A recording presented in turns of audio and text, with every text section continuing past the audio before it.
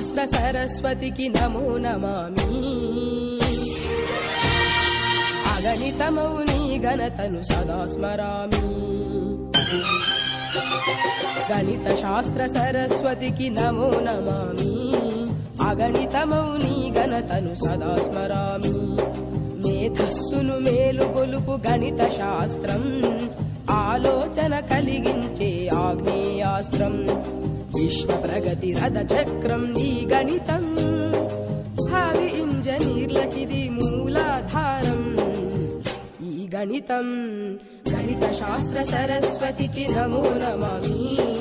అగణితమౌ నీ ఘనతను సదా స్మరామి.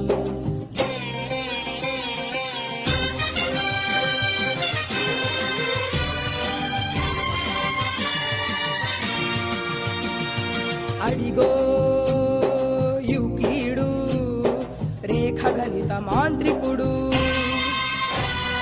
మూడు రేఖలను కలిపి త్రిభుజాన్ని సృష్టించే, నాలుగు భుజాలున్న దాన్ని దీర్ఘ చతురస్రమనే.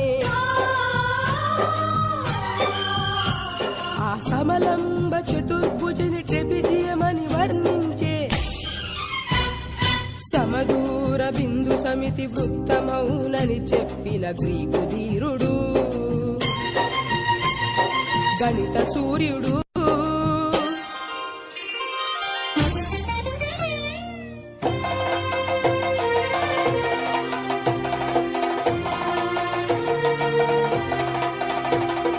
అదిగో ఆ మేధావే బ్రహ్మగుప్తుడు, బీజ గణిత శాస్త్రానికి మూల పురుషుడు.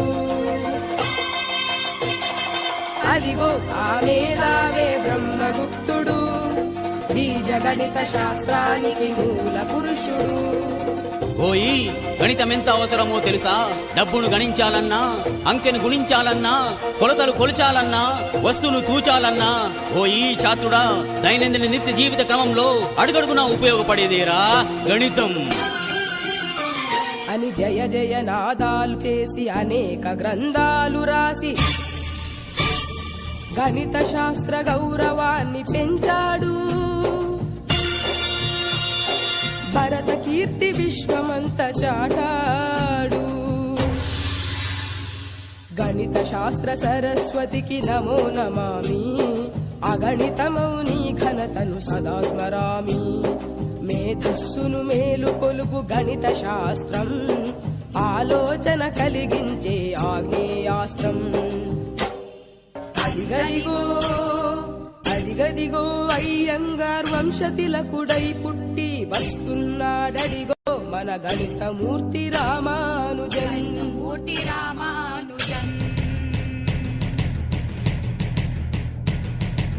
ఎవడు రామన గణిత శాస్త్రము కష్టతరమని పలికెను, రామానుజుండే మనకు స్ఫూర్తి, ఆయనే మన భరత కీర్తి. సున్న పండ్లను సున్న మందికి పంచుటెట్టుల సాధ్యము, అనంత ఫలములు వచ్చునని ఆ బాలుడనుటయ చిత్రము. స్క్వేరు రూటుతో విలువ తగ్గును, స్క్వేరుతో మరి విలువ పెరిగి 1729 అద్భుతంబగు సంఖ్యరా.